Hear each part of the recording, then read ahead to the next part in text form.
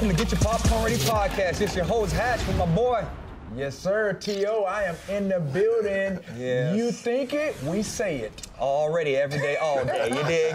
Special guest today, Vernon Davis is up in the building. What's up, my guy? What up? Good to be here, man. Good to be Fellow here. Fellow 49er, San Francisco 49er. Was y'all there at the same time? No, we didn't cross paths. You know what? Thank you. I'm glad you didn't have to play with this dude. I'm so glad. But we're linked. We're linked indirectly. How you linked indirectly? We're linked indirectly. Okay, so now, this is what I really want to hear. I know what he's talking about. He's talking about he got the catch 2, I got the catch 3. No, so there it is. I mean, it shouldn't be 2 catches. That's it? In the whole history? Yeah, that should be only just 2. But they just made up a catch 3. So when you got there, he was already gone, right? So what was the temperature in the building when he left? Was there still conversations about when he left, or did you get any of that, or he was already gone too long already? Oh, no, there was conversation. I mean, you talk about guys like him and Jerry Rice and, right. you know, those guys who were, you know, who left a great legacy behind. You know, in the franchise. So he was always talked about, not just in the franchise, in the building, but outside the building as well. You know, I knew people that knew him, hung out with him, hung out with them. So it's kind of like, becomes a family, you know, like a network. Okay. You know, do you consider yourself a 49er or a Redskin? You know, I would say, I would kind of say both, because I grew up rooting for the Washington football team and being able to go back there and play for my hometown team was always what is that like? Because like I said, I grew up in Alabama. We didn't have a professional team, but how was that? Like you said, who do you identify with most? And then obviously you just answered that. But to go back to where you grew up and then play for a professional football team, did you have to get a lot of tickets? You have a lot of family. Was it a lot of distractions? I know at this point in time, late in your career, you know how to handle all those things, but was it a lot to kind of, you know, embody going back home? You know, well, not this time around, because I was old. I was more mature. You know, when I arrived, I was, 33 years old. So I'd already been through, you know, getting all the tickets and all this and that. But there was some excitement because, you know, I was happy to be back in front of my family and friends. And, you know, it was just a lot of excitement. So I did, by the first game, I had like 20 tickets, I believe. You know, and then the franchise, the organization would give me tickets too because they knew I was from there. Yeah. So I had more control over everything. So were you motivated to put on for the city? Man, I was motivated, man. I was going out. I was at all the events. Yeah. You know, I found that I had a girlfriend. And it was just like, it was a spark. You know, I felt like I was rejuvenated. No, because I saw you toward the end of your career. Like I said, you kind of up and down, but then go to Washington. I'm like, okay, we start seeing some flashes of when you came out of college. You know what I mean? Everybody knew you for the speed, catching, and you saw that rejuvenation. Yeah, man, it was interesting because when I left Denver, you know, Denver didn't want to sign me back. Washington was the first team that reached out because Scott McCloughan was there. You probably know Scott McCloughan, the general manager of the 49ers at the time. No, I don't know him, but you're familiar with him. So he was there. He reached out, and I went in. I took a pay cut. You know, I took a pay cut. The next thing, I was like, I'm just going to have to prove and show them that I can still play this game because they was like, oh, he's declining. But when I got there, I think 6 games through that season, they wanted to re-sign me for 3 more years. So I ended up signing back $5 million a year after that season was over. Okay. Yeah. Wow. Yeah. All right, so you're from Maryland. Let's go back a little bit. Coming out of high school, right, you obviously a physical specimen, right? And we're always talking about the trying to get our point across to the kids is you don't have to be a superstar to make it to the NFL, right? You don't have to have all that early success, right? You seem to have a lot of early success. How did you handle it and stay motivated and stay competitive, like within your own body as far as going through this whole process?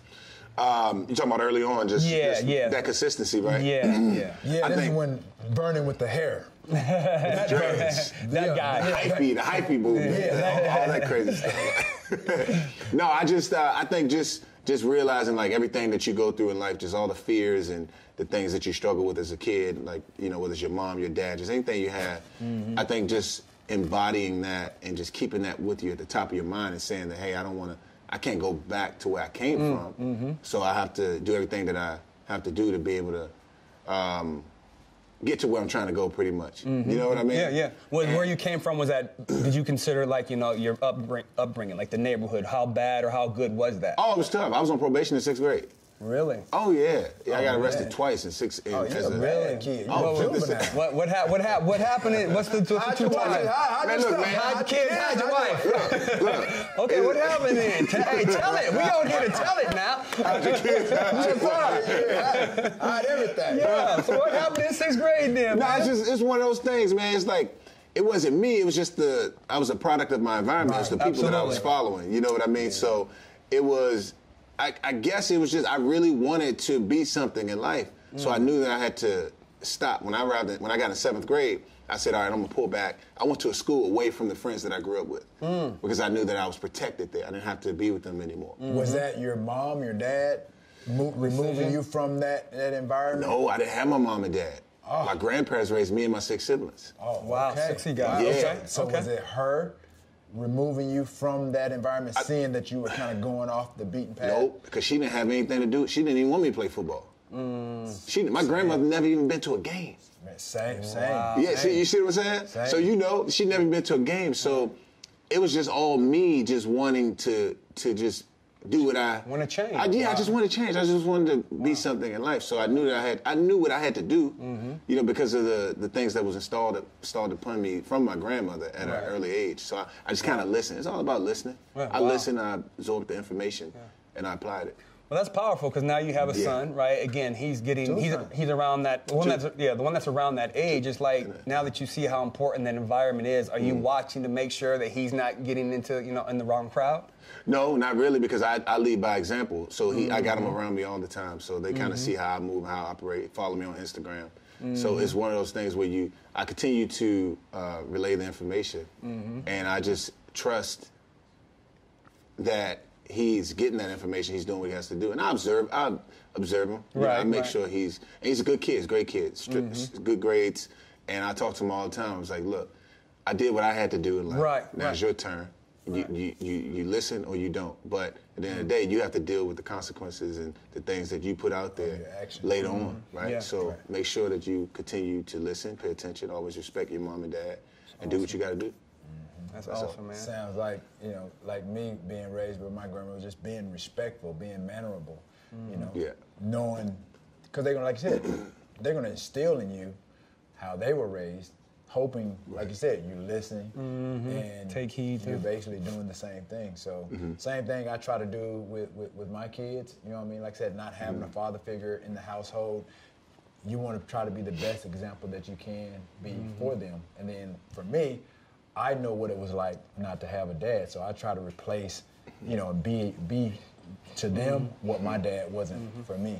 You know what? There's a conversation we haven't talked about on the show, but I see a lot of former athletes, right? We're always saying, okay, for our kids to make it to our level, right?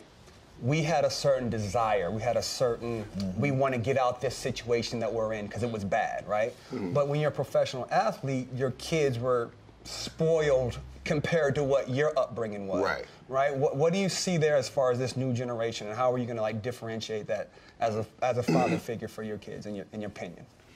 As far as them being spoiled, you say? Or what path? Because they might not be spoiled to you, but to us, when we look at kids now, they get everything. So we think all these kids are spoiled. Like, how are you going to make it to the NFL if you don't have a dying desire to get out of the situation you're in? Because that's how we all kind of made it. We wanted to change. We wanted to go to the NFL. Yeah. We would die to go play pro ball, right? And now it's like a lot of the kids expect things to be given to them because they're such and such, because their dad was such and such. They don't want to put in the work to actually, do it. They don't want to put in the work. Yeah, it's you're right, because they're lazy. They want to play video games. They want to look at social media, Instagram. And we know that's not going to make it. You can't make it doing that. No, you're right. You're right. It's just, it goes back to one of those things. It's just like, you don't really, so me, I don't really push football or sports on my kids. I kind of, I push education and just them being good human beings. Nice. And I'll go back to my grandmother's principles too. As far as me giving them, I don't give them what they want. I give them what they need. You know what I'm saying? Like, they always want this, they want that. But I can't, I'm not going to, that don't mean I'm going to give it to you. Yeah. You got to work for it. Like my son, he said, Dad, can you get me these shoes? Can you give me $50? Mom not going to give me money to my Cash App. Right. I was like, okay, see all these clothes right here? There you go. All my clothes that I got in my bathroom, go get them, go wash them and fold them up. Yeah. He did it. I gave him his $50. Nice. Yeah. I mean, because it's something we talk about a lot, but we don't really put it on wax a lot just because it's like, well, because people always ask, why do professional athletes, kids, not go play pro sports? I go, there's a fine line there. Yeah. You know what I'm saying? Yeah. It's just like tough to be like, well, yeah, the kid was 6'7" or 6'8", and his dad was in the NBA, so he should be in the NBA. Right. It's not that easy, right? Yeah. That upbringing it's a little bit different, especially nowadays in 2021. Right. We didn't have any choice but to go outside and grind and play sports or whatever. We didn't have all these extra things that directed or diverted our attention. You know what I mean? We didn't have computers. We didn't have, we had video games, but now these kids are constantly on all these social media apps, platforms, or what have you, and it occupies and monopolizes all their time. That's all they want to do. They don't want to go outside. Like we had to go outside and play. You know what I mean? It was hot. It didn't matter. 100 degrees, we outside playing basketball, we playing football, we play baseball. Making up games. Yeah. You know what I mean? So now these kids, like I said, I mean, they're so enthralled with, YouTube highlights, and they think that they're going to get better just watching highlights and seeing guys, play at the top of their game. Like, I mean, we're about to witness, Steph Curry do some great things. You see KD, you see LeBron. They see all the benefits of the hard work. They don't know what's going on behind the scenes. What made you Vernon Davis, you know what I mean? The #1 pick, you know what I mean? Coming out, being a top receiver, top tight end. Right. They didn't see what went into that, you know what I mean? As fans, they just see the fruits of the labor, you know what I mean? Yeah. Right. The ESPN clip. Right. So, my son is the same way. I'm always trying to encourage him, like, yo, this is what's needed, you know what I mean, to get to this level. Yeah, I may be your dad. Yeah, my name may hold some weight. It may open some doors, but ultimately, you're going to have to do the work. Yeah, absolutely. That's dope. Yeah, we were talking prior to the show. We were talking about your son. You were telling me, like, your kids got natural ability. Yeah. Did you see that, or are you seeing it now? And are you going to push them? Like, for me, I didn't push my kids to play any sports. Whatever they wanted to play, I'm going to support them. Like, my son, like I said, he wanted to play basketball early on. He didn't get into football until like his 11th and 12th grade year. And now he's at Missouri State going into his junior year. But like I said, I didn't push him into playing receiver. Everybody's like, well, what position does he play? He wanted to play receiver. Has the body for it. I'm going to encourage him, support him. Your kids. Yeah. Well, my oldest son is 14. I saw it when we were in the Bay Area, and he was playing flag football. He started making all these moves, cutting, and it was very impressive. So I was like, oh yeah, he got it. I could tell, to be honest. Then when I went to his first game this year, he was so dominant, man. He was going across the middle, he was catching hands. And then we'd be at the playground. So what I do is, instead of coaching them, I make up games with my kids. Okay. So I'll run routes. I got me, and I'll catch it over the left side. I'll catch it over the right side. Okay. And I'm just doing like practice. And I say, y'all gotta follow, do everything I do. So then I go throw it to them. Nice. So now it don't look like I'm coaching them. Right. So now when I'm out there, I can see their ability, and I'm like, okay, yeah. They draft picks. Yeah, because when you have fun with it, it's not like you're out there teaching them. Right. You know what I mean? They don't think it's, you're coaching or what have you. You're just out there just having fun. Coach Davis. Having father-son time. They don't feel the pressure, you know what I mean? And we're just playing and running drills and playing, but they don't know that. Yeah. Right. But at some point now, so he's what, 14? He's 14. Okay. Yeah. So I don't even bother. I don't even coach. We just still play that game. We play the little game. So when is it going to get serious? When is it going to get serious? Like, okay, I can see you maybe playing. Obviously, you got to get through high school, college, and then possibly playing at the next level. So do you think, from what you've witnessed, that he has next level potential? Oh yeah, next level for sure. Oh yeah, it's all up here. He can play next level for sure, because I can see the things that he's doing now. He's out there it's like he's a man. He's a man amongst boys right now. And what he's doing right now, he's just raw. And that's what you were. You were like a man amongst boys too, especially with the speed. What kind of speed does he have? Does he have good speed? Because you're known. Run. But I can't see. I've never really seen him open up, but I've seen him just break away from like people. A burst. But I don't know what kind of speed that is. Right. You know what I mean? But I can tell he can run. Right. When you came out, that's what you were known for, your speed. Because I was like, man, everybody kept talking about, man, this guy, Vernon Davis. 4'3" guy. Like, man. He was a 4-3 guy. There's only 2 4-3 guys. You were 4-3, right? You got collected? 4-3, right. So there's only 2 4-3 guys on the panel. That's why I'm saying. So the conversation really is going to exclude this guy. There's only 2 4-3s out here. So, what were you saying, Mr. Slow Guy? What were you saying, my man? So that's what we're doing? Okay, cool. I wasn't a 4-3, but I was never caught from behind. Yeah, I never caught from behind. Field speed. Certain guys, like even Jerry Rice, he got field speed, man. He might not be the fastest 40 guy, but one thing about when they get on that field, ain't nobody they got game speed. Right, absolutely. I can name a lot of guys like that, man. Absolutely. Frank Gore, Crabtree, all these guys I played with, they just got field speed, man. Right. Let me ask you. But you had before we go there. But you had it though, and like I said, when you came out, everybody kept talking about like, yo, because tight ends, like he's the next best tight end. So you got Gronk. I played with Brent Jones back in the day. You had Dallas Clark, some of the tight ends, Jason Witten, but they weren't known for their speed. No. Right. So I'm like, man, if he got hands like these guys. And he has the speed. I'm like, yo, Shannon Sharp. I'm like, yo, this dude's about to break some records. Right. Barring any injury. I'm like, man, this dude is about to be what they call a problem. And that's what you were. I saw that. Like, I saw that transformation. I mean, I saw it in college. I saw the highlights. And I'm like, man, this dude is about to be serious. So you came in, you did your thing. What was, like, when you came out, obviously, like, you kind of transcended the tight end position because now you got hands, you got guys that obviously you can, you can work against DBs, nickel guys. I mean, you were ragdolling like linebackers. It was a mismatch.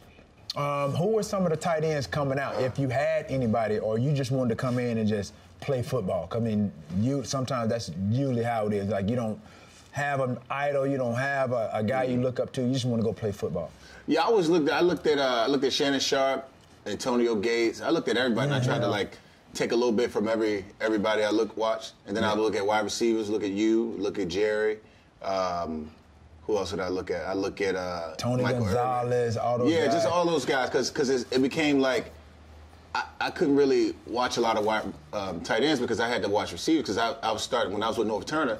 I became more of a wide receiver. I was like, whoa, because when I walked in the league, I was like, whoa, this is different. Right. Because I was running. Right, because you had that speed. Yeah, and then they started running all these deep balls. So I was like, damn, now I got to work on tracking the ball. So then I started working on tracking the ball, and because I was like, these guys using me downfield. So I started running downfield a lot, catching all these deep balls and stuff. And so it's just one of those things, just taking what I saw and just working on it. But did you embrace that? Because like I said, that's different. I mean, I'm sure North saw that and he was like, oh my gosh, we have somebody like with the exceptional, extraordinary talent, skill set. Like, yo, we can create mismatches because somebody with your speed, your size, linebackers aren't used to carrying, run with you, tight ends like that, especially with breakaway speed and the speed that you had. Yeah, it's interesting because when I first came in, I was covered by a linebacker. And then they started seeing what I was doing. It was like, oh no, we can't cover him with him. Right. Like, Bring the safety down. Noah was sending me down the middle. Then Stutter go down the middle. Then I'm running wheel routes up the sideline. Then they started putting the safety on. Then safety couldn't cover me. So then they started going to like a nickel or putting the corner. The corner, smaller guy, faster guy. You know what I mean? That could run with me. Right. So yeah, then next thing you know, they started using me for a lot of deep routes because I was always the fastest guy on the team. Right, so I was always expected to get downfield all the time. So it was cool just seeing the transition and just seeing how the team started to use me and things of that nature. I know we got a lot of other stuff to talk to you about as far as the entertainment side, but before we get there, I want to talk about more football stuff, right? So give us your top 5 tight ends of all time. Oh, top 5 tight ends you of all time. You can put your 5 in Rob there. Gronkowski. Okay, I'm going to say Rob Gronkowski, Shannon Sharp. Right now, who else? Shannon Sharp. You can go all the way back to Kellen Winslow if you want. Tony Gonzalez. Okay, that's 3. Antonio Gates. Antonio Gates, yeah. And man, that's 4. 2 guys that played. They were tweeners, basketball guys. Kellen, man. Kellen Winslow Senior, man. Yeah, I got to throw him in there. Absolutely. He was a legend. I didn't really watch much. He was the first tweener, if you will. Really? He's the first tight end I ever saw go out wide. I mean, I didn't know much of until I heard of Kellen Winslow Jr. Yeah. And then they were like, yo, his dad wait till you see the dad. Yo, I'm like, that's crazy. Long run. I mean, he could do it all. Catch like a wide receiver. That's how your son going to be. It's going to be, what's your son's name? Is he a Vernon? Oh, okay, Johnny. so he's not, okay. No. Well, yeah, but it's going to be the same thing. That's Vernon awesome. Davis, Johnny, okay. Yeah, That's we awesome. cool. Yeah. All right, Keep his head right, keep his mind It's right. all mental, right? Yeah. It's all mental game. Hey, he's going to keep that right, because I already Yeah, know. because Yeah. You've been Stay in there, his ear. done that. You Yeah. great Stay in parents. his You're going to keep that head on straight, for sure. Yeah, Stay in try his to. ear. So again, after ball, right? You're dabbling here in the entertainment business. So tell us how the transition's gone so far for you. Oh no, it's been great. I was calling around. So right before I got done playing, I was calling around looking for a manager. Okay. And I found a guy named Henry Penzi, who I collaborated with, and he was working with Rob Gronkowski. Henry, he's used to model, right? No, he didn't model. No, that's what Henry, Henry Penzi? That's what your man said when he walked in. I didn't mess with he it. said he used to model. Is that the dude, I got- the Fonzie? Is that Fonzie from Happy Days? No. Oh, that's Henry Winkler. Yeah. Oh, my bad. Henry Winkler. Oh, that's Henry Winkler. Oh, that's Henry Winkler. So he was working. I knew Rob because his brother's my backup in college. His brother put his tight end with me in Maryland. Okay. And then I met his family. Henry? Yeah. Oh, Yeah, wow. That's Henry. So he's working with Gronk. And So the athletic ability, it just skipped over him. who? Henry? It just skipped over him. You can say it if you want. It just skipped over No, him. Henry wasn't no athlete. Rob Gronkowski, he was working with Rob Gronkowski, and then I was like, oh, I know Gronk really well because his brother was my back. Rob Gronkowski's brother. Oh, Rob. Rob's Damn, brother. Oh, Yeah. Gotcha. Yeah, he's my backup in Maryland, so I knew the family already. So I was like, yeah, I'm gonna work with him. So then after that, so what happened when I was about to retire, I had a script, and I wanted to produce it myself. It's called Red Winter. And then I met a guy who had this other script, and I produced that myself. It's called Message from Brianna. Okay. After that, and I started doing, did two movies with Bruce Willis, one with John Malkovich, and then I had a lead role with Morgan Freeman where I had to speak in a South African dialect. I learned Zulu. They didn't tell me to learn Zulu, but as an athlete, as we do, right? Right. We go above and beyond. So I messaged this girl on Instagram in South Africa. I was like, can you help me on this? So she helped me. And next thing you know, I learned a little Zulu. So when I go in and I see Morgan, he didn't know I was going to use it. Right. When I started speaking, I could tell he was a little off because he's like, what the fuck? Interesting. You know what I mean? Right, So right. I put the Zulu on him. Nice. Yeah, good. That's what you Not the should. voodoo, but the Zulu. Zulu. Yeah, you get that Zulu on. So I play a serial killer, and then after that, I got another role playing this football player, NFL football player, who's dying from liver failure. Okay. It's on a Sony platform called PureFlix. Okay. So I played that role with William Allen, and it was pretty cool. It's a pretty crazy role because it was so. I felt like it was really me because I lived it. Toradol, Advil. You know, we go out and we drink alcohol right after the game, right? So it affects people's liver and all that stuff. So I felt like I was really in it. The kid and the character, he had won a Super Bowl. You know, he played 8 years, and now all of a sudden he's in the hospice. He don't think he's dying. His father don't think he's dying, but he's actually dying. Everybody goes and is dying.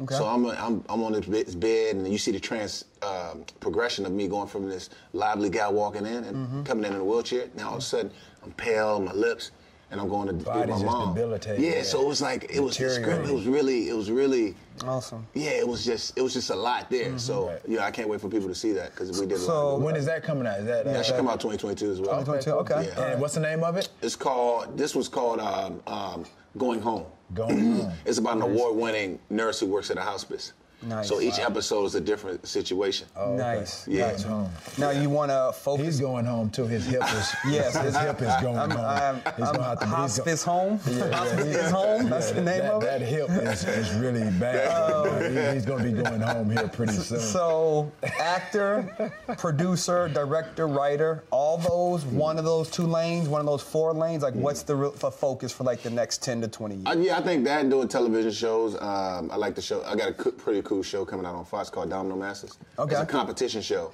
Nice. It's like we have bringing 16 teams and they have a chance to build this world out of dominoes. They topple them. Nice. We have sports night. We have all kinds of stuff. We had some special guests come on. That was pretty cool because it's all about competition. So yeah, just doing that stuff. You know, that's what I'm passionate about. I like doing it. I enjoy it. You know, it's fun.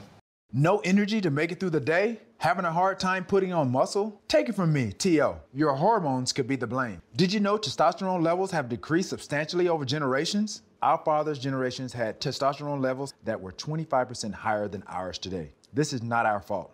There are many factors such as environmental changes that are affecting our generation. Today, 30 million men in the U.S. have low testosterone that is affecting their daily lives. Home health can help. Testosterone affects energy levels, muscle mass, focus, and overall mood. Hone helps men get testing and treatment for low testosterone from the comfort of home. Hey, I'm not a medical expert, but Hone Health is, and they'll be there for you every step of the way. Order Hone's easy-to-use at-home assessment test today to learn your testosterone levels. For a limited time only, listeners get the at-home testing and a doctor consultation for only $45. Go to honehealth.com/popcorn to take advantage now. That's Hone, H-O-N-E, health.com/popcorn to get the at-home testing and a doctor consultation for $45. So creating content. Create right? content, yeah. I mean, because, being out here in L.A., like I said, you're definitely moving to L.A., I can already tell. You ain't here yet, but you're moving here. Yeah. It's like the more you can do. It's like NFL, like the more you can do, the longer you stick around, right? Yeah. But the focus part for people who don't know how to focus, I think, is what people get caught up of coming out here trying to enjoy it. You've already done that, right? Playing the NFL. Yeah. Like, so your aspirations, like you want to be like the best award-winning, you want some Oscars, you want some medals, what's the big goal? Yeah, what's the accomplishment there? I think the accomplishment is just like where we come from, just doing it and just being successful at it. Right. I don't really think I have it. I think it's just more the joy of being able to do it, start it, do it, put the work in. Just see where it goes. And just so you're not looking for the accolades just yet. No, I don't really care about that. I just care about the success of it, being able to do it and do it on a high level, and just do it right and just perfect it and just own it. Like we do with football, just own it. The preparation in it is the best part because once you do something consistently over time, you're gonna get good at it anyway. Yeah, absolutely. So if I got my coach and we're doing it twice a week, 2 days a week, I'm going to get good at it. Yep. So it's just put the time continue in. To keep doing it. Repetition. Rep. How did you feel after you went to your first audition? The first audition was. And what was it? What was your first audition? It was tough. I forget what was it? It was something, I forget what the role was, but it was just me just doing me. Like, I didn't have any direction. Right, yeah. Your experience. Yeah, I didn't have any direction. I didn't know what I was doing. Yeah. And then when I started to really get into it, I learned so much, man. I learned about, like, the best actors. You look at them, they don't even blink when they get their close-ups. Right. They got their eyes. They don't really blink. They don't move their eyebrows, right? They're still. Just Michael Caine talks about it. He has something on YouTube. He talks about all this stuff. When you're in front of the camera, you don't want to be a distraction. Like, if the camera's here, if that camera's here, I want to kind of, instead of looking here, I kind of open, put this eye on that eye. That way I got more face to the camera. Right, you see what I'm saying? Angles, like all the little details. It's the stuff that I went back and I started looking at. Because like this stuff can help me when I'm on camera. Just little things and just really being in tune to the script, to the character, breaking it doing giving the backstory, finding fears and what makes this character tick, relating yourself to the character, coming up with your objective. Your objectives. Once you do all that work, you don't have to do anything else. You can just let it go because it's gonna be in you. You be surprised. You just be on set. You be like, what the fuck? Like you just start getting into it. Like this is. You don't even know. Like right now, like when I just go, I just do it. And I just don't even. You don't even think about it. You just do the work and because you're already that person. Yeah, you know your moment before. You know where you coming from. You know where you're going. You got your objectives. You've already did all the work. You know everything. You know what the character's afraid of. And you did the work. You've studied the script. You've gone through it. You kind of know. Done it. Yeah. You've done it. You got your everything, your beats, your actions, your objectives, everything you need to have. Right. So I have I'll have my binder. This coach that I have named Kevin Benton from Tasha Smith's studio. He taught me to have this binder. So I got this binder, and I keep a binder on every job I do. And I'll have 15, 20 pages of work that I've written Backstory, down. Backstory, absolutely. Character breakdown, comparing myself to him. And, so is this what you learned in football, transitioning, helping you with your acting? I think the dedication, the consistency of what we do. Right. Like you'll be out there till catching the ball one hand, catching like this. You'll probably be outside all day, outworking everybody. Because that's what you've learned, instilled upon yourself from a very young age, and that's what got you to the Hall of Fame. But that's the same stuff we put into this. Same stuff. Just do it all the time. Like whether it's TikTok, whatever it is, you're doing it. You're always doing it. Yeah. That's what I do. That's what I do now. I'm always doing it. I'm always doing something. I don't care what it is. It's something. Yeah. Whether it's reading, and I'm reading now. When I read a book, I'm not reading it like you read a book. I'm reading it like I'm reading a script. Yeah, absolutely. You see what I'm saying? Absolutely. So, yeah, it's the world is your book now. Right. You know, when you're so tuned into doing one thing, you're taking everything you're seeing every single day. Like I can go sit at the airport and look for 3 hours and pick up something little from 20 different people and make it a character. Right. You know what I'm saying? Like the world is your oyster. That's why I said book. I didn't say oyster. I know. I knew where you were getting at. I didn't want it to be oyster. I wanted it to be book. I just wanted to enlighten our viewers. I just wanted to enlighten our viewers. That we knew what we were talking about. No, we don't know. That you knew what you were talking about. No, I do. Okay, I did. You know what I mean? That's why I shared it with our viewers. Well, thank you for sharing. Absolutely. Thank you for sharing that, people. You know what I'm saying? Sharing is caring. Sharing's caring. That's what we do on here. And you know our motto, we think it, we say it. You think it, we say it. You dig? Yeah. So. You know what I mean? So who's somebody that you might want to work with in the future? Dude, I love to work. I knew you were going to say that. I love to work with Will Smith, man. I'm reading his book right now called Will. Have you read it? You heard about it? We went to the book launching. Oh, so you know about, you seen the book? Yeah. So you know everything in that book he's talking? Yeah. Dude, that book is so great. His grandmother's name is Gigi. My grandmother's name is Gigi. Really? That's very spiritual. crazy. And part of liking that book is when his mom was telling him that he couldn't go be a rapper. Yeah, absolutely. He was like, you couldn't be a rapper. You got to go to school. Right? Yeah, school's way more important than you rapping, young boy. Yeah. Exactly. And then you go back to Pursuit of Happiness. When he was telling his son, he was like, you got a dream, you go after it. That was his Don't let idea. anybody. That was because his mom was telling him. Yeah. Man, it's powerful, man. Yeah. Like so many people miss out on opportunities that they want to do for themselves because their parents want them to do something else. Come on, preach. It's crazy. I don't want to get too deep into that right there, but I was just talking to somebody earlier. I'm like, somebody at 25, you literally have to go tell your parents, I'm not listening to you no more, Mom. I'm not listening to you no more, Dad, because I got to go chase my dreams. Because a lot of parents I don't want you to chase your dreams. I want you to be an accountant. I want you to be a cop, whatever those things are. They want kids to chase their dreams. Yeah. Right. You can't do that. Go chase your own dreams is kind of what you just said. But sometimes it's not even parents, too. It's society. There you go. Because let me tell you something. My biological granddad was an artist. I didn't find this out until I left college. Wow. So as a kid, I was always intrigued by art. But I couldn't do art because I let the environment shape that for me. If I was walking around with a canvas, you ain't cool. In the hood, exactly. Yeah. So I couldn't pursue art. I couldn't do it. But now when I got to college, exactly. Yeah.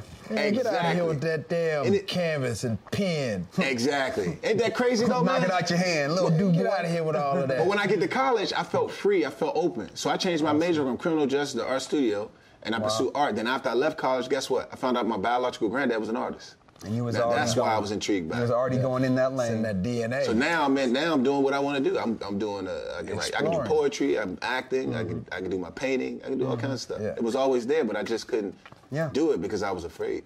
You like art? I love it. What did you do on this canvas right here? It's a big canvas right there. This stay camera ready.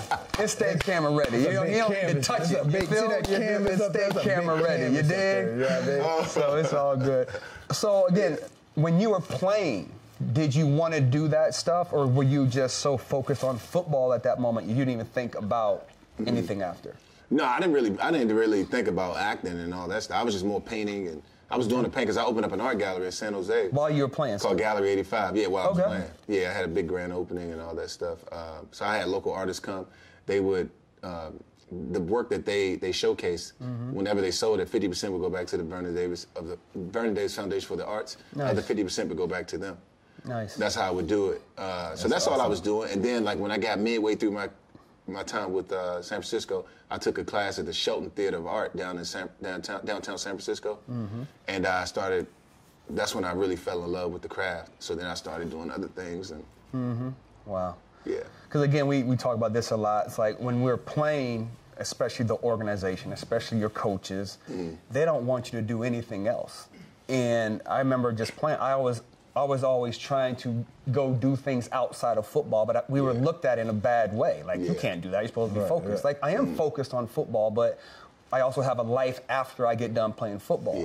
And that's why I asked that question, because they want you to just do this thing, and then when you're done, beg from the NFL some more, be broke, and come back. Or but you have to do other things. You have to follow more than one passion. Yeah. Perfect example of being more than an athlete. And I think all of us have kind of experienced, kind of been at that fork in the road. Like, okay, knowing that at some point, okay, well, what do I do? Where do I go? You know what I mean? I think that's admirable that that you found your passion and you kind of realize, okay, these are some of the things that I'm interested in, and you pursued those things. As he said, sometimes, like you said, as you said too, society puts us in a box and like, oh, you can't do this, you can't do that. So awesome. And again, I hated it when I was playing. I just hated that. I didn't understand it, because it was just like, well, because I felt you're gonna get cut. You're gonna get cut if you don't focus on just that, So we were so scared to go do anything else. Yeah. Right, so it's like because everything was predicated on wins and losses, But it's not like that now. Now, because all these guys are doing 20 other things now, which is great. Right. It can be great and it can be bad if you're not producing. If you're not producing, right. So now it's like, okay, well, what is he doing? Like, he's not focused. He's right. Too focused on business. Right. Or it could be, other things. Oh yeah, they tried me with them. Yeah. Oh yeah, I opened up a couple of Jamba Juices when I was in San Francisco when I wasn't doing well. They blamed it, he's too busy, his focus is not here. You know what I mean? They always want to blame it on something else when something's going on. I mean, I wasn't performing because I had injuries. Right. You know what I mean? It wasn't because of what I was doing. Right. And I'm trying to go make a better living for my life after football. Right. Yeah, I'm trying to scale and do things different. Yeah. Because that's the goal. Exactly. Right? Exactly. So now in the from this point on, like director, want to do the directing? No, not necessarily directing, more producing and just being in front of the camera. Right. Kind of thing. Yeah. Okay. Right? Can you write? Got a pen at all? I can write. I wrote some things, but I'm not in the format from an idea creative standpoint. Right. Just write the concept. Yeah, I don't really have somebody else flesh it out. I don't really want to learn how to write a script or nothing like that. I just want to come up with the ideas and have somebody else. Yeah, put it in the format. Yeah. Somebody else flesh it out. Yeah. That's right. I do it that way. People are like, why don't you write? Like, you have some great ideas. Like, it's just an idea. That's it. Exactly. Writing is a whole nother. You got to be in it for a minute. Yeah. Oh yeah. It's 20, 30 years before you really become a good writer. You got to be really out there, kind of like creative. Yeah. So now that you're in it and you get a bunch of calls from people I got scripts, I got this. Like, how do you handle that? Well, I look at the script. I can read. I can normally read a script. I can look at the script and tell if it's a good one just by getting into it, or if it's something that I'm interested in.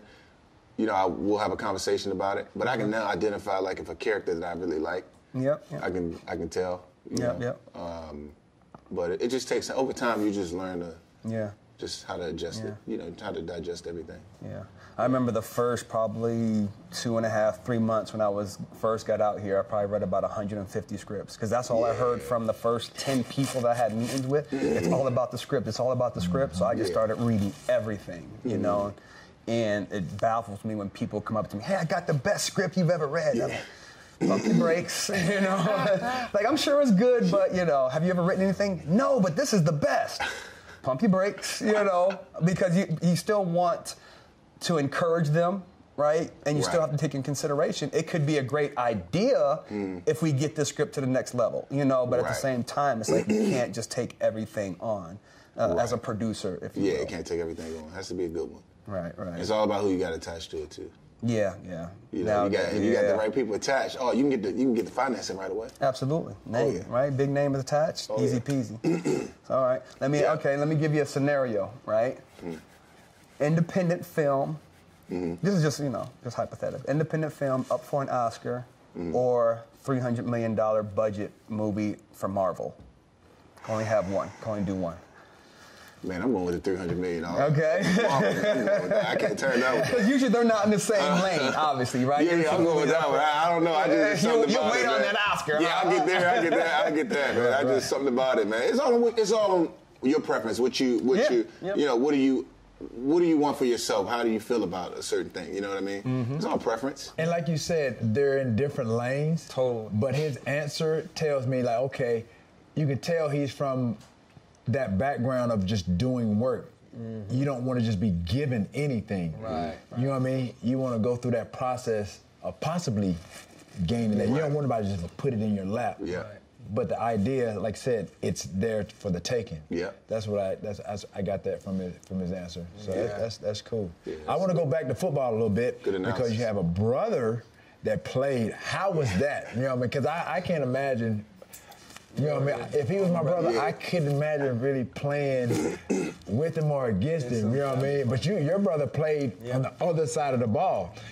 And obviously you guys played against each other. I never really played against him. You didn't? No, it never. That's crazy. Yeah. Because usually I know y'all look at the schedule every year. It was like, you got y'all this year. And I was hoping he'd had to match up on me or something like that. Right. I thought you guys did. You never cross paths. That's crazy. That is crazy. And how long were y'all in the league together? He played 10 years. I played 14. So all like his whole 10, you guys were both in the league at the same time? Or like, Yeah, we're in the league same time. That's crazy that you guys never played together. I knew y'all was gonna probably be talking trash. Nah, I would have just, I wasn't gonna take it easy on him. I was gonna let him have it. I was gonna give him all I had. Oh, and I know him. He thought he was gonna give it to you. He thought. Knowing him. Oh yeah, I wasn't gonna take it light on him. That's crazy. You don't take it light on. You go try to mush him. You just go try to mush him for sure. Oh yeah, I try to get off one, of course. Oh, you can't let especially your little brother out, do you? Yeah, no, it don't happen that way. Did you? Let's talk about it. I know he did you guys talk about how he ended up just ending his career? Because I think he went in at halftime and he didn't even come back out. And he just this is it. Did you guys talk about that or what went into that? Man, it was crazy, man. I was sitting in the locker room. He called me. He was like, he called me like five times. So I'm in the game. We all came out at the same time. His halftime was during my time. So I look at my phone. So I called him back. I'm like, damn, this is weird. I was like, what's up? He's like, I called to let you know I'm retired. I was like, boy, you crazy. This is at halftime in the middle of the game. This was at halftime. I was at halftime, and he was in his car going, because I guess the rest of the team had went back out. Yeah. And then he had his car driving. Wow. Everybody get outside, probably like, damn, where Vontae at? Yeah. He driving home, calling me. That's what he called him. I'm like, boy, you crazy. I'm going to call you back. Stop playing, man. He's like, nah, I'm serious, bro. I'm retired. Like, you got a game? I just saw you like right now? Like right now. You know they got the TV on. They got the TV on in the locker room. Right. I just seen you make a play. Right. You just had a fumble recovery. I was like, go ahead, boy, you crying. And I look at my text, my agent texted me, and then my grandmother texted me. I'm like, damn. I was like, nah, man, he ain't just do, nah. They tripping. Nah. He tripping. I felt like he let me down. Because, I was the one what grade was it? When I was in high school, he's like, he's 4 years younger than me. Mm-hmm. So I was pulling him by his hand, making him go jump the bleachers and making up workouts, because I wanted to take him, in my mind, I wanted to take him along the journey where I was going. Right. Because, you know what I mean, he's your little brother. You want him to make it too. Mm-hmm. So I felt like he let me down. You know what I'm saying? Wow, you feel like your little brother let you down. Like, nah, he ain't just do that. No. So now that it's old, did he ever give you a reason as to what came upon him? At that point in time, why halftime? During the game. Usually people wait till after. Make that decision after the game. Exactly, and that's what I was thinking. I couldn't understand it. But then when I got back, it took me a little while to kind of really digest it and understand, okay. Process it. Not just because he's my brother. Yeah, he's my brother, so I got to support him. Right. But I still need to understand what's going on here. Right. So when I started to think, I was like, I got to put myself in his shoes. And mentally, we don't know what somebody's going through. Right, exactly. Mentally, he probably could have went back out there and probably did something crazy. Probably injured himself, injured somebody else. I don't know. But I also have to think because, I have another brother who developed paranoid schizophrenia. Now, let me tell you this. He was cold. He taught Vontae, check this out, he's 3 years younger than Vontae, and he taught Vontae how to play football a little bit. Wow. I walked in the house one day, Mike and Vontae was in 11th grade, Mike was like 8th grade. Mm-hmm. And I'm sitting there, I was like, this is not happening. My grandmother walked in, I was like, no, this is not happening. He was showing Vontae what to do. Dang. It was crazy. Okay. Michael Davis is his name. Okay. And I was like, this is unbelievable. This kid is a freak. And he was a freak. He could play quarterback. And what was this condition you just named? He developed paranoid schizophrenia. Paranoid schizophrenia. Wow. Yeah, paranoid schizophrenia. And it was crazy because I I was taking him along too. You know, I was kind of, I go home and you being the big bro. Yeah, he'd be my quarterback. Whatever he'd be my quarterback. Right. So it was.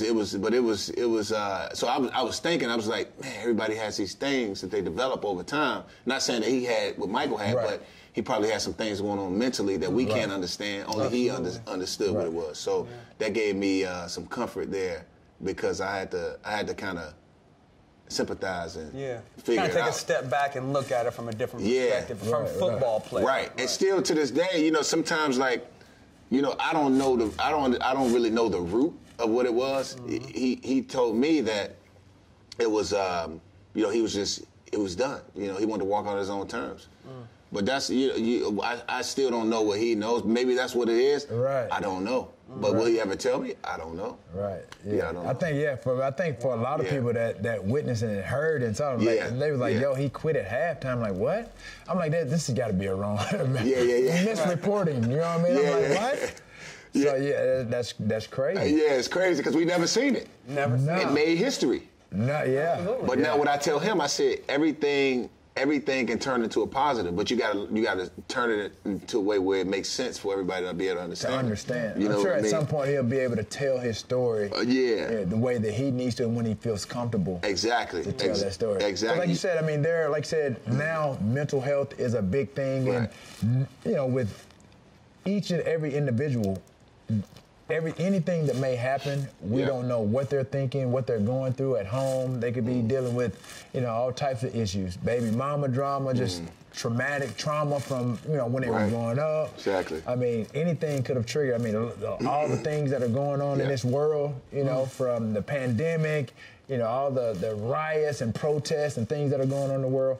It can trigger anybody to do anything. Anything. And his story can change a lot of lives. Right. Depending on how he relayed the message. So, I mean, because it could have happened. I don't want to think worst case scenario, but like you say, go back out there and something bad happened. Something bad could have happened. You know, as we all know, like that game, it moves too fast for you to be out there thinking. Right, and then everybody, why did he do that? What was he thinking? And if you ain't thinking correctly, one play can change a lot of things. I mean, injuries. What? Exactly. For the rest of your life, you see a lot of guys just get injured. Yeah. But kudos. I mean, kudos to him for really being recognizing. Himself, man. Like I said, self-aware. Being self-aware. Self-aware. So how many injuries did you end up having during your career? I never had surgery. Wow. Yeah, I never had surgery during my career. I never had any surgery. You know what? 14 years. I don't think I did neither. I know somebody who did. This guy. He's kind of soft. He's soft. This dude gets hurt playing softball. How you gonna get hurt playing softball, not considered soft? You know what I'm saying? What you want. So you're supposed to get injured playing hardball. Right. So you played in 2 Super Bowls. 2 Super Bowls. 1-1. 1-1. Lost one with the Niners. Yeah. But you leave it up to Frank Gore, he gonna laugh at me. He say, man, you ain't giving that Super Bowl, dog. You gonna live for 2 months, dog. Don't count. I talked to him the other day. I was making fun of him for fighting. I was like, I'm gonna be at that fight. I'm going to that fight on Friday. I'm gonna be right there. He was, you know, he just always joking and stuff. He tried to change the subject, talking about the Super Bowl. Oh, yeah, with that Super Bowl, dog. I was there. I won. So, I mean, that's a good question. So, because, I mean, I think about a lot of guys that, you know, that won Super Bowls, but they on practice squad, they got rings, but they really didn't contribute to it in a sense. But does that make them better than me because they have a Super Bowl ring and I don't? You know what I mean? And he doesn't. You know what I mean? Because there's a lot of guys that, like you said, we're in the same boat. There's a lot of guys that got rings and we don't. There's a lot of guys, and they're not as good as you, but they got Super Bowl rings. And they walk around saying, so I got rings. I'd be like, I'd be mad. So does it make them better than us? No, but personally, I don't. Does it make them better? Oh, man. I don't want people to hear me say that, but it makes me upset. I know. So how do you feel, though? Crazy. Even though you went there, but a couple of months, you spent a number of hours and years in San Francisco. You went to a Super Bowl and you lost. So how do they rank? I mean, it's interesting, man, because that game where we lost, man, I put so much. I think about the time when I first came in the door all the way up into that game, right? I'm grateful, even though we didn't win it, because it's the being able to get there. You know, because the journey to the journey, right? All those losses and all the like the negative tears. The negative stuff that happened along the way that turned into positive, and then the positive outcome at the end. Yeah, it hurts, but you still have to appreciate that journey, even getting there. You know what I mean? You and your brothers getting there, and then being able to go on a team, get traded, and go to a team where, you actually get a ring with this team, right? Yeah. You know what I mean? So did you feel as elated? You know what I mean? As you think if you would have won it in San Francisco, do you think the elation would have been the same? Yeah, it's different. That's what I want to know. I mean, it's different because I just happened to walk on a team who already had that momentum, and I go there. Yeah, it's a blessing. I'm grateful to be able to share that with them, but it would feel different if it was one with the team that I came from. You know what I'm saying? Or you were there from the very beginning. Exactly. I was there since training camp. You know what I mean? You know what I mean? You know what I mean? It's just different. You know what I mean? So Frank is right. So you got 100 I can't really. So Frank is right, but so it's almost like you got. No. That's what he be saying. It's like almost like getting honorable mention. You know what I mean? Right. You're not really getting it, but I wanted first team. Right. Yeah. That's crazy. Yeah, that's all right, man. But at least, again, I like how you said it numerous times on the show. You're turning everything that happens into a positive. Right? Yeah. That's the best message for life concept more than just football, obviously. What was being that we're talking about that, what was a turning point or a point where you felt like there was growth in your career? I think I probably may know where you may go with this. There was growth. Yeah, because I know there was an issue with San Francisco. Mike Singletary, you guys had kind of bumped heads, and I think it may have seen some interviews where you kind of discussed kind of like what you guys were going and what you were going through at that time. I think that could be a moment where there was growth, because during that time I was just, I don't know, it was just like, I wouldn't say.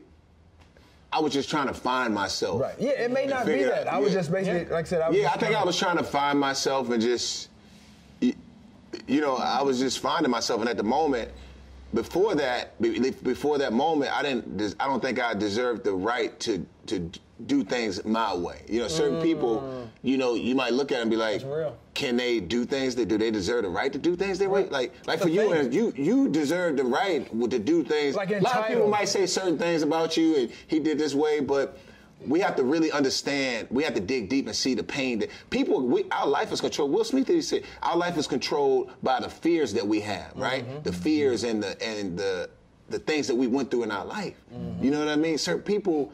That's how they control. That's what they are. You know what I mean? It takes people a certain time to get to a certain point, right? But that's what's controlling them. That's how they thrive. Yeah. You know? You two, go ahead. But for me, that was me. But do I deserve the right to? Do I get the right to do that at that point? What have I done? I didn't do enough in the NFL to be able to go to Coach Singletary and say, look, I got it. Mm-hmm. I didn't deserve that right. So I feel like that was a big turning point in my life, because I was still trying to find out myself as a player. When you say you went to him, you say, I got it. What were you talking about? No, I couldn't say that. You couldn't say I couldn't go to him then. Because I ain't do nothing. Right. I was showing sparks, I was doing things, but it wasn't to that point where I had that turning point where, all right, okay. And he made me understand, say, okay, this is what I want to do. Okay, I want to do things this way. Mm-hmm. Right? So that was a turning point for me in my life. That's powerful. Just having him there. You know what I mean? Self-awareness. And then when I did turn, it was just like, I looked around, I was like, okay, I like this. I like this direction, so I'm going to keep on doing this. I'm going to keep on doing it this way, the way he wanted me to do it, the way he showed me how to do it. Because you guys got to see both sides of it. I never saw you guys' side of it, because I hadn't done enough. My stats were never good enough to be like, do it my way, right? If you're going up against a corner, right, and Jerry can go release any way he wants, and they throwing the ball, you'd be like, well, if I can release any way I want, I would have did that too. But I can only go outside. Right. You see what I'm saying? Yeah. But when you get to that 10th year, what you going to tell him? He's just working for him. There you go. Right. So y'all got to that 10th year, and you can do whatever. So y'all seen both sides. I never saw that side. Yeah. I've never seen that side. But for you to be self-aware of that, say, at that point I wasn't there, and then after your 7th, 8th year, when you was, skyrocketing upward, like you got to see both sides of it. Yeah, both sides. Yeah.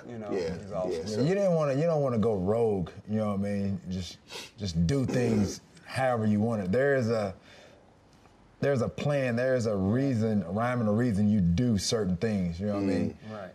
Yeah, you don't want to curse out your wide receivers coach on national television. So there you have it, ladies and gentlemen. Get your popcorn ready. Just frustrated. I didn't curse him out. You cursed at that man. No, I didn't curse him out. You used one curse word. No, I just told him I needed the ball. You didn't say a curse word as you were saying I needed the ball. I do not recall.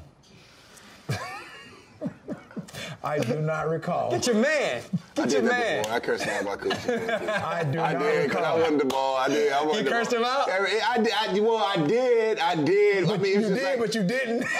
I did, but then when he raised his voice, it was my tight ends coach. I said, throw me the fucking ball there, coach. Right. Then he raised his voice. I said, oh, shit. I said, okay, let me get myself back.